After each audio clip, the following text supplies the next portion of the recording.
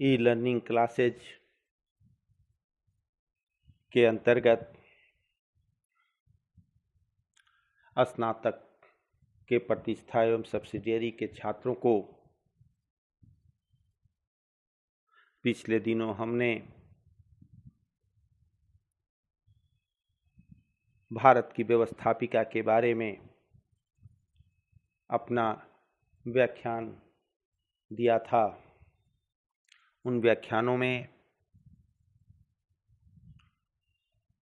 हमने संसद के अंतर्गत संघीय संसद के बारे में विस्तृत चर्चा आपके समक्ष की थी। संघीय संसद के अंतर्गत पिछले क्लास में हमने राज्यसभा की चर्चा आपके समक्ष की थी।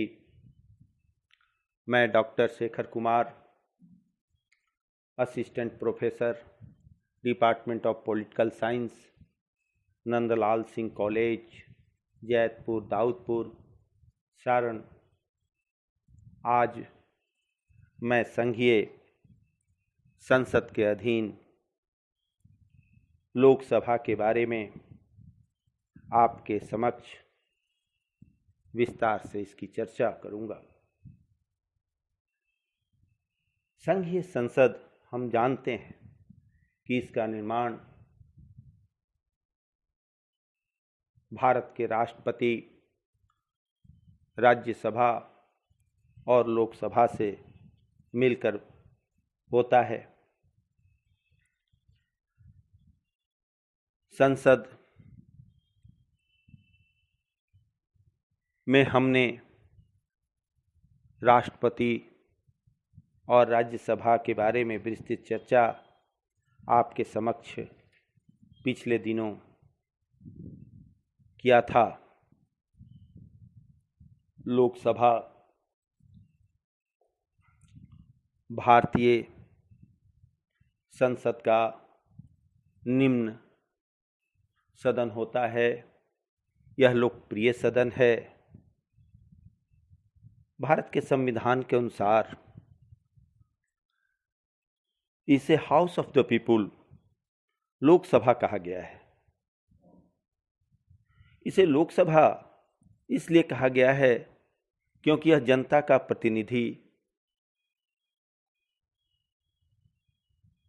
प्रतिनिधित्व करता है। इसके सदस्य जनता के द्वारा प्रत्यक्ष रूप से निर्वाचित होते हैं।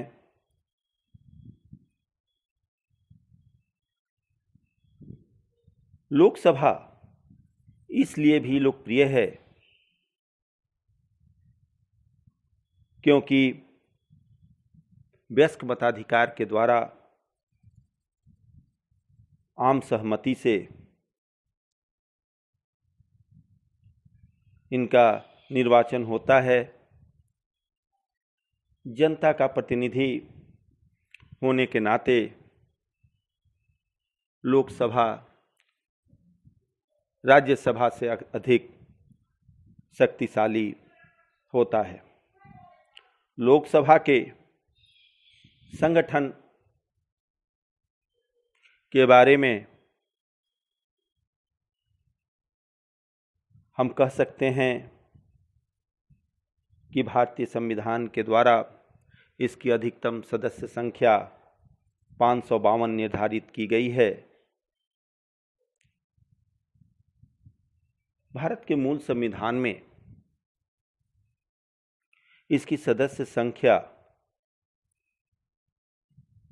500 थी, पर बाद में विभिन्न संवैधानिक संशोधनों के द्वारा लोकसभा के सदस्यों की अधिकतम संख्या 552 निर्धारित की गई। इनमें से 530 सदस्य राज्यों से और 20 केंद्र शासित प्रदेशों से प्रतिनिधि होते हैं। राष्ट्रपति के द्वारा 2 एंग्लो इंडियन समुदाय से सदस्यों का मनोनयन लोकसभा के सदस्य के रूप में किया जाता है। लोकसभा के सदस्यों के निर्वाचन की जो पद्धति है वह जनता के द्वारा वयस्क मताधिकार के आधार पर प्रत्यक्ष रूप से चुनाव के द्वारा की जाती है। जिन व्यक्तियों की उम्र 18 वर्ष या 18 वर्ष से अधिक की होती है वे गुप्त मतदान प्रणाली के द्वारा सदस्यों का चुनाव करते हैं। लोकसभा के सदस्यों के निर्वाचन के लिए एक निर्वाचन आयोग की व्यवस्था की गई है जो इनके निर्वाचन का निरीक्षण, निर्देशन और नियंत्रण करती है। लोकसभा के सदस्यों के लिए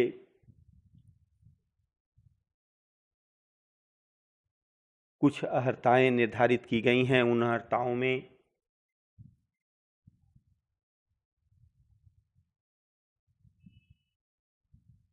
योग्यता रखने वाले वही सदस्य हो सकते हैं, उन्हीं का चुनाव हो सकता है जो भारत के नागरिक हों, जो 25 वर्ष की आयु पूरी कर चुके हों, जो लोकसभा का सदस्य बनने के लिए अयोग्य न हों तथा ऐसी योग्यताएं रखते हों जो संसदीय विधि के द्वारा निर्धारित की गई है। लेकिन वैसे व्यक्ति इसके सदस्य नहीं हो सकते, प्रत्याशी नहीं हो सकते जो किसी लाभ के पद पर आसीन हों, किसी न्यायालय के द्वारा उन्हें पागल करार दिया गया हो, वो दिवालिया हों। यदि ऐसी अयोग्यता सदस्य बनने के बाद भी पाई जाती है तो लोकसभा की सदस्यता से उन्हें वंचित कर दिया जाता है और उनकी अयोग्यता संबंधी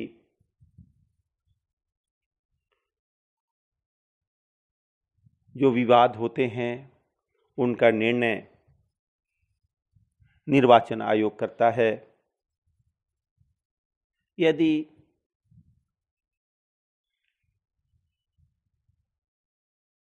लोकसभा का कोई सदस्य बैठकों के दौरान लगातार 60 दिनों तक अनुपस्थित रहता है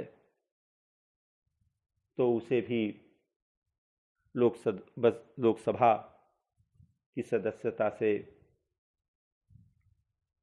वंचित होना पड़ता है।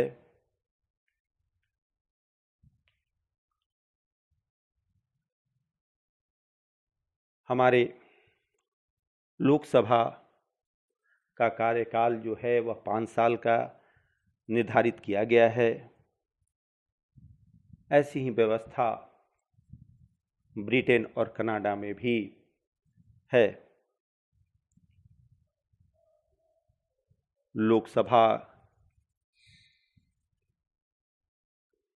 की अवधि जो है वह प्रथम अधिवेशन के प्रारंभ होने के दिन से मानी जाती है।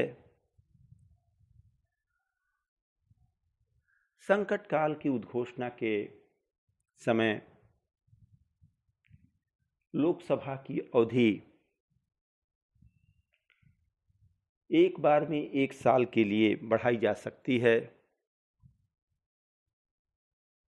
और इसकी पुनरावृत्ति भी की जा सकती है। लोकसभा को निर्धारित समय से पूर्व भी भंग किया जा सकता है। लोकसभा के सत्र और इसके कोरम गणपूर्ति के बारे में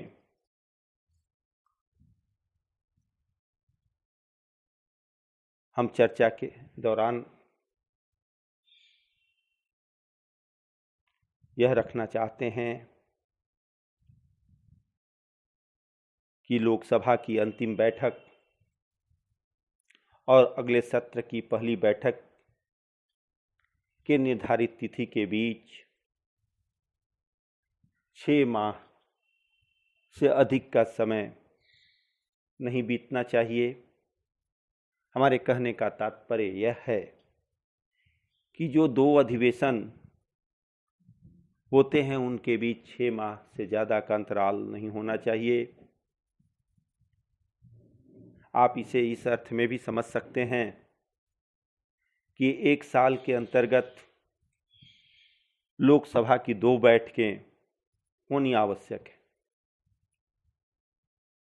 लोकसभा की बैठकों के लिए, उसके कोरम के लिए, उसकी गणपूर्ति के लिए यह आवश्यक है कि इसकी कुल सदस्य संख्या का 10वां भाग जरूर होना चाहिए।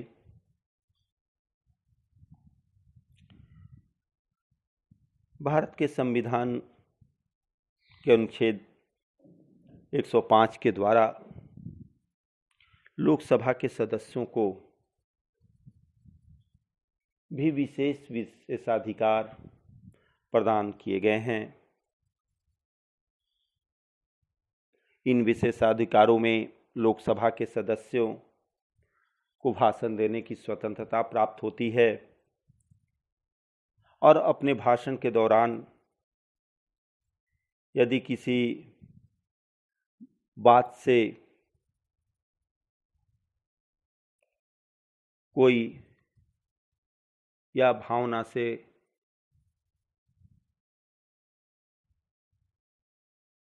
किसी पर आरोप लगता है तो उसके विरुद्ध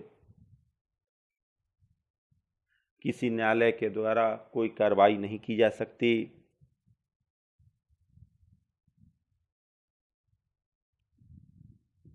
लोकसभा के सदस्यों को भी राज्यसभा के सदस्यों की भांति ही दीवानी कार्रवाइयों के अंतर्गत उन्हें गिरफ्तार नहीं किया जा सकता।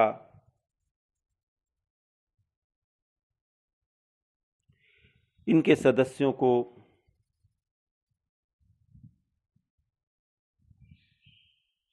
प्रति माह संसद के द्वारा निर्धारित वेतन, संसदीय भत्ता, कार्यालय भत्ता, दैनिक भत्ता, मुफ्त सरकारी आवास, पेंशन, टेलीफोन भत्ता जैसे सारी सुविधाएं प्राप्त होती हैं। लोकसभा की बैठकों के लिए, लोकसभा के संचालन के लिए एक लोकसभा अध्यक्ष होता है जिसका निर्वाचन लोकसभा के सदस्य करते हैं। लोकसभा के अध्यक्ष के बारे में भी हम थोड़ी सी चर्चा कर लें, जानकारियां ले लें। लोकसभा की सभी कार्रवाइयों का संचालन लोकसभा का अध्यक्ष करता है। लोकसभा की बैठकों का वह सभापतित्व करता है। लोकसभा का अध्यक्ष तब तक अपने पद पर रह सकता है जब तक कि वह लोकसभा का सदस्य है। लोकसभा का अध्यक्ष स्वेच्छा से त्याग पत्र भी दे सकता है।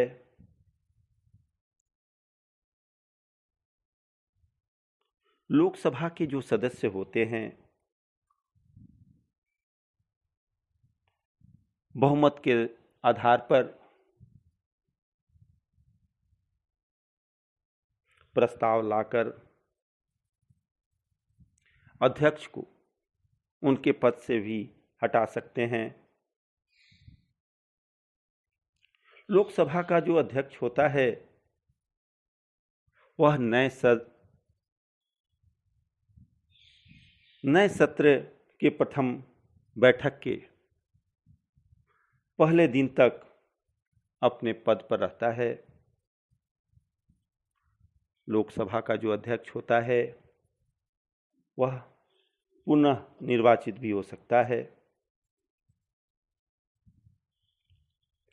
लोकसभा के अध्यक्ष के लिए भी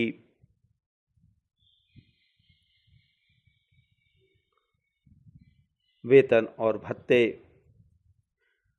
संसद के द्वारा तय किए जाते हैं। उन्हें भी लोकसभा के सदस्य की भांति बहुत सारी सुविधाएं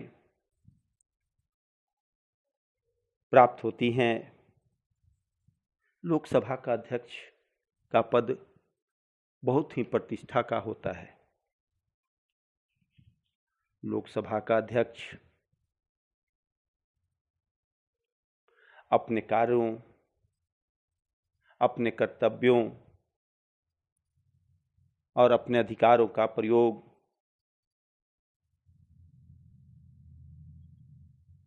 निम्न प्रकार से करता है। अध्यक्ष बैठकों का सभापतित्व करता है। वह सदन में शांति और अनुशासन बनाए रखता है। वाद विवाद का समय निश्चित करना लोकसभा के अध्यक्ष का ही कार्य है। जितने भी सदस्यों के प्रश्नों को स्वीकार या अस्वीकार करना होता है उसका निर्णय लोकसभा का अध्यक्ष ही करता है।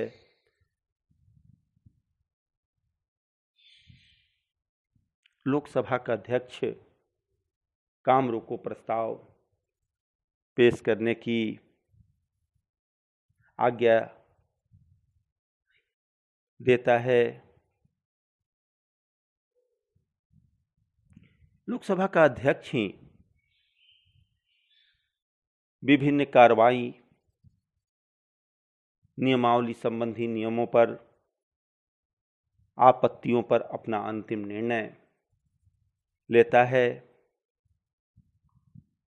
वाद विवाद के प्रस्ताव पर अपनी अनुमति प्रदान करता है।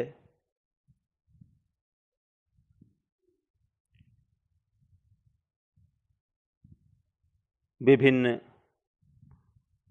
प्रकार के भाषणों के लिए समय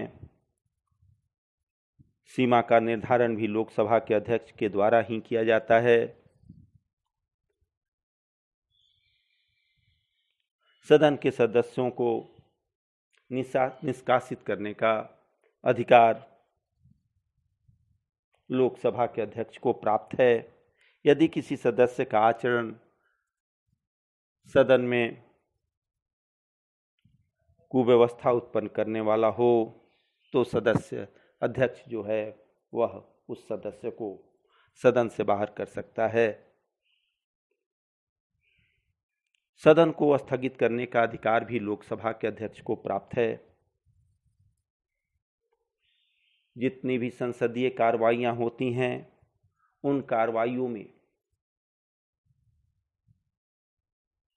आपत्तिजनक शब्द जो उसे लगता है, वह अपने विवेकाधिकार के अनुसार, अपने विवेक के अनुसार उसे निकाल देने की आज्ञा दे सकता है।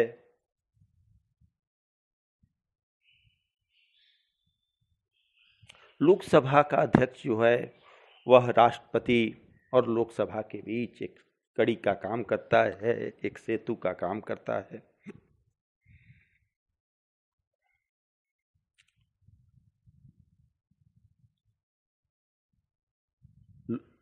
यह सदस्यों के विशेषाधिकारों की रक्षा करता है।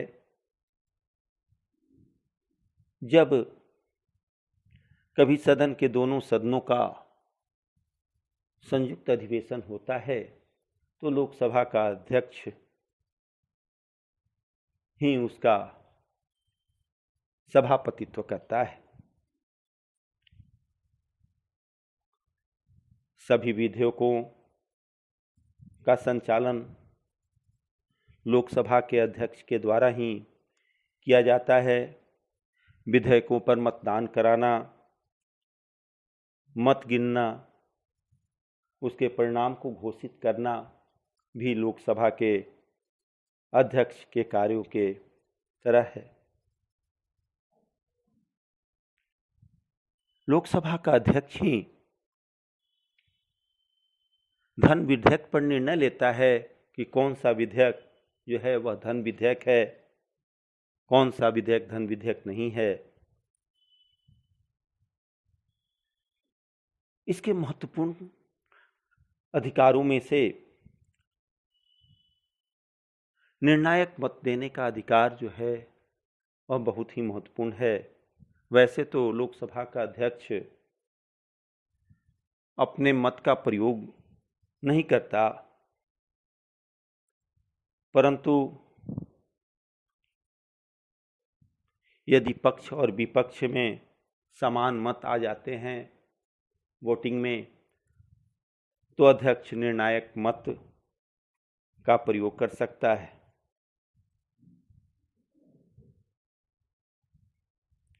जितने भी विधेयक पारित होते हैं लोकसभा में, उस पर वह हस्ताक्षर करता है।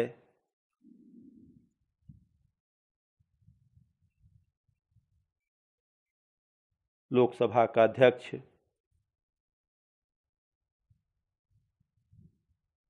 किसी भी प्रस्ताव के वैध और अवैध होने का निर्णय करता है। वह सदन में शांति तथा सुव्यवस्था बनाए रखता है।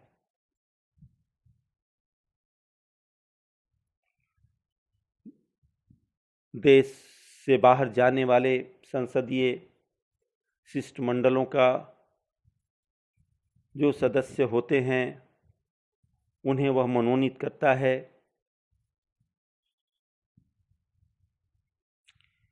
इसलिए हमारे भारतीय लोकसभा के अध्यक्ष का पद काफी प्रतिष्ठा, गौरव एवं शक्ति का है, पावर का है। उपयुक्त इसके कार्यों के जो हमने विश्लेषण किया, इस विश्लेषण से हम पाते हैं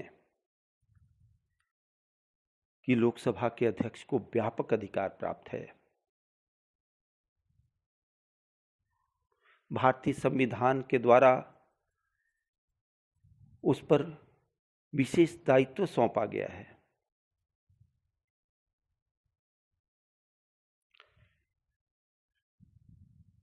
लोकसभा, अब हम पुनः लोकसभा के अधिकार एवं कार्यों की चर्चा आपके सम्मुख करेंगे। लोकसभा के कार्यों में प्रमुख कार्य विधायिका संबंधी कार्य है। लोकसभा उन सभी विषयों पर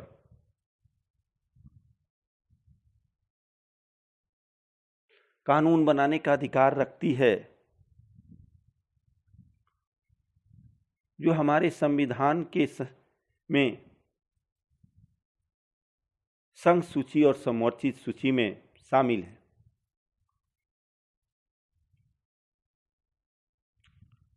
राज्य सूची में भी लोकसभा जो है वह आपातकालीन उद्घोषणा के समय कानून बना सकता है। यदि दो या दो राज्यों के बीच विवाद उत्पन्न हो या विधानमंडल के द्वारा प्रस्ताव पारित कर कानून निर्माण का प्रार्थना किया जाए तो लोकसभा उस पर कानून निर्माण कर सकता है।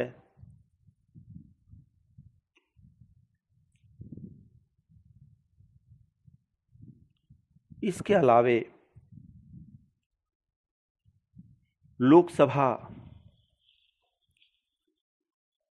सभी क्षेत्र के विषयों पर कानून बनाने का अधिकार रखती है। कोई भी विधेयक कानून का रूप तभी धारण करता है जब संसद के दोनों सदनों के द्वारा उसे पारित कर दिया जाए।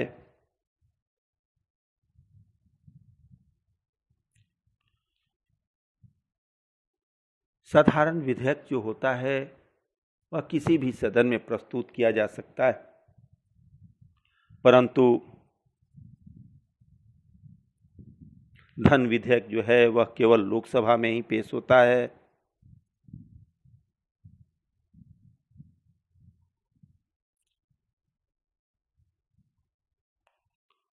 लोकसभा की स्थिति राज्यसभा से बहुत ज़्यादा शक्तिशाली होती है, क्योंकि संयुक्त अधिवेशनों में जब किसी विधेयक पर विवाद उत्पन्न हो जाता है, संयुक्त अधिवेशन की बैठक में लोकसभा के सदस्यों की संख्या अधिक होती है, इसलिए वह ज़्यादा शक्तिशाली और प्रभावशाली होता है। लोकसभा के अन्य कार्यों में वित्तीय कार्य आते हैं। वित्तीय कार्य के अधीन लोकसभा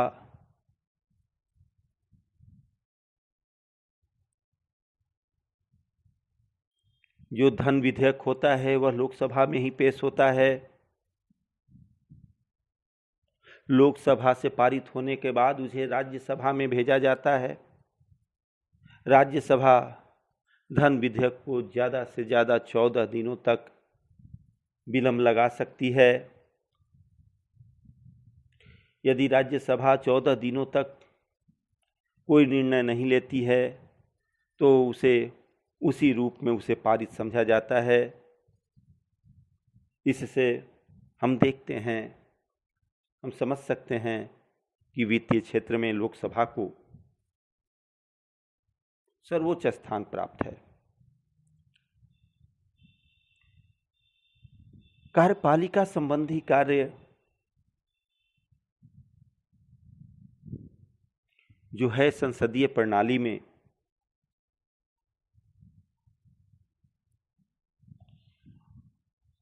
इस प्रणाली में के तहत कार्यपालिका को हमेशा व्यवस्थापिका के नियंत्रण में काम करना पड़ता है।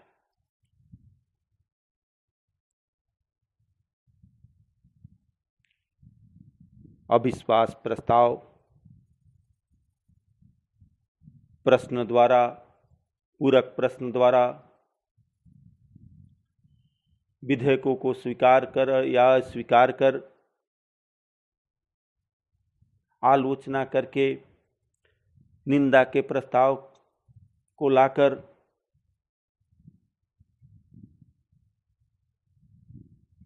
लोकसभा जो है वह मंत्रिपरिषद को नियंत्रित करती है।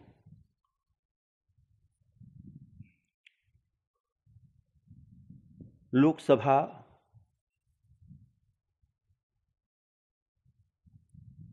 को न्यायिक अधिकार भी प्राप्त है।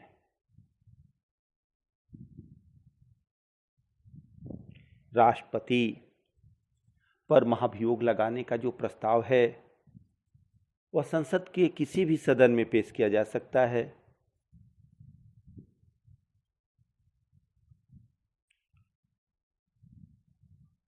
सर्वोच्च न्यायालय या उच्च न्यायालय के किसी न्यायाधीश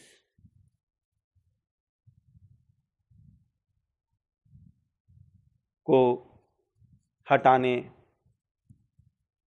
का अधिकार प्राप्त है। इसका अनुमोदन दोनों सदनों के द्वारा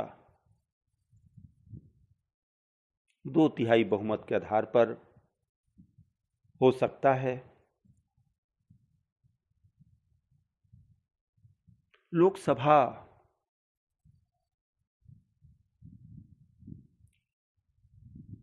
का यदि कोई अपमान करे तो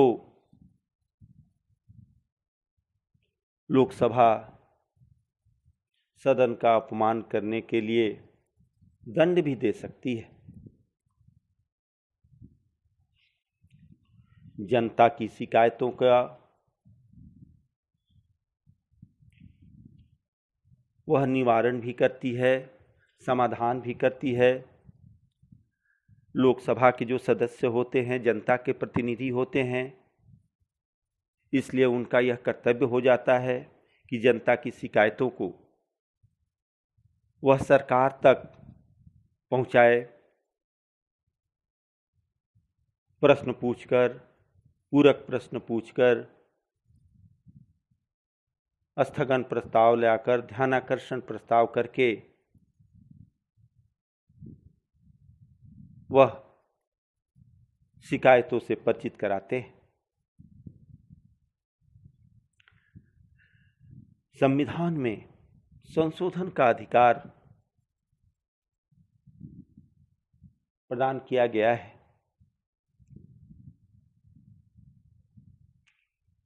संविधान के 44वें संशोधन विधेयक के द्वारा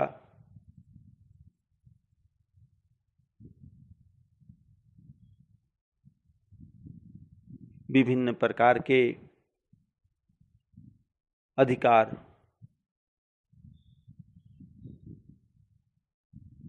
भी मिले हैं। लोकसभा एक सार्वजनिक वाद विवाद का जगह है, सार्वजनिक सभा है, जहां देश के समस्त प्रतिनिधि रहते हैं। लोकसभा में राष्ट्रीय और अंतर्राष्ट्रीय मसलों पर गंभीरतापूर्वक विचार होता है और जो संसद में वाद विवाद जो होते हैं उससे लोकमत का निर्माण होता है।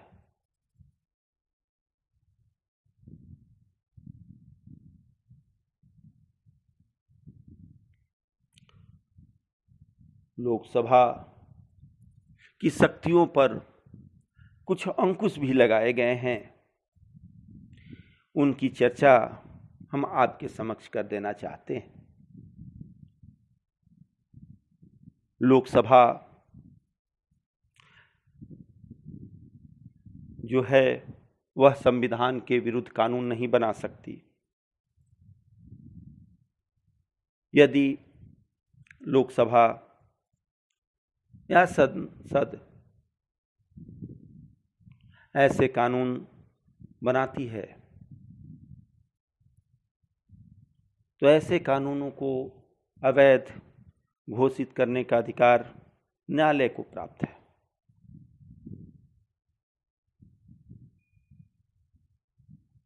लोकसभा साधारण कानूनों की तरह संवैधानिक कानूनों में संशोधन नहीं कर सकती।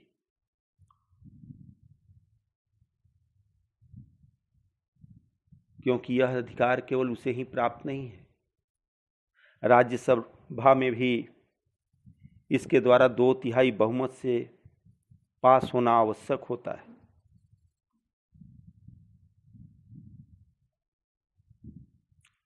लोकसभा की शक्तियों पर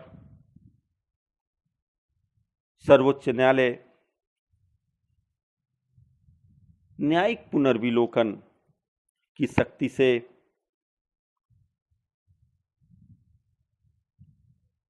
लोकसभा द्वारा पारित कानून को संविधान विरोधी होने पर अवैध घोषित कर सकती है। हमारे भारतीय शासन प्रणाली का जो संघात्मक स्वरूप है, इस संघात्मक स्वरूप के चलते लोकसभा की शक्तियों को सीमित किया जाता है। लोकसभा विशेष परिस्थितियों में ही राज्य सूची में वर्णित विषयों पर कानून बना सकती है।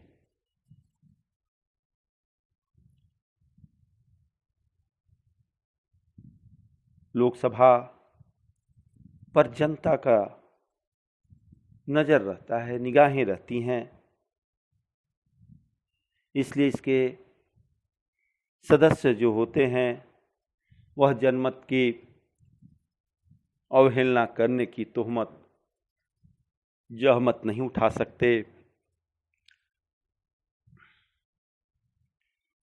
इस प्रकार हम जो अभी आपके समक्ष लोकसभा का विश्लेषण किए,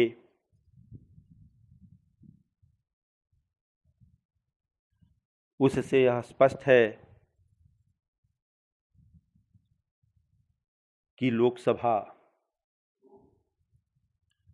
का भारतीय संविधान में महत्वपूर्ण स्थान है।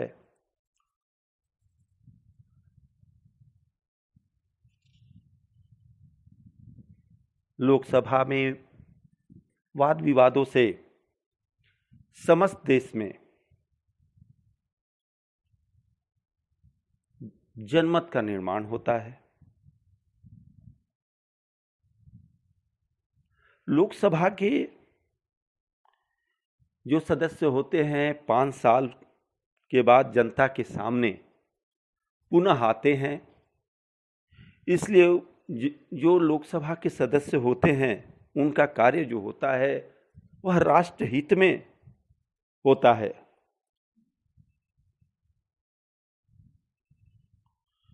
लोकसभा की स्थिति विधि निर्माण के क्षेत्र में उपयुक्त विश्लेषण से हम देख चुके हैं कि सर्वोपरि है।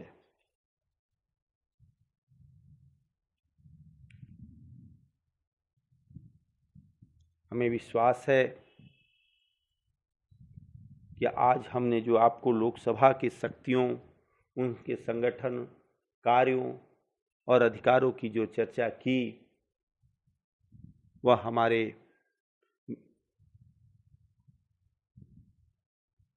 जानकारी रखने वाले संविधान में छात्रों को ज़्यादा लाभप्रद सिद्ध होगी। परीक्षा की दृष्टि से भी यह काफी उपयुक्त छात्रों के लिए होगी। धन्यवाद।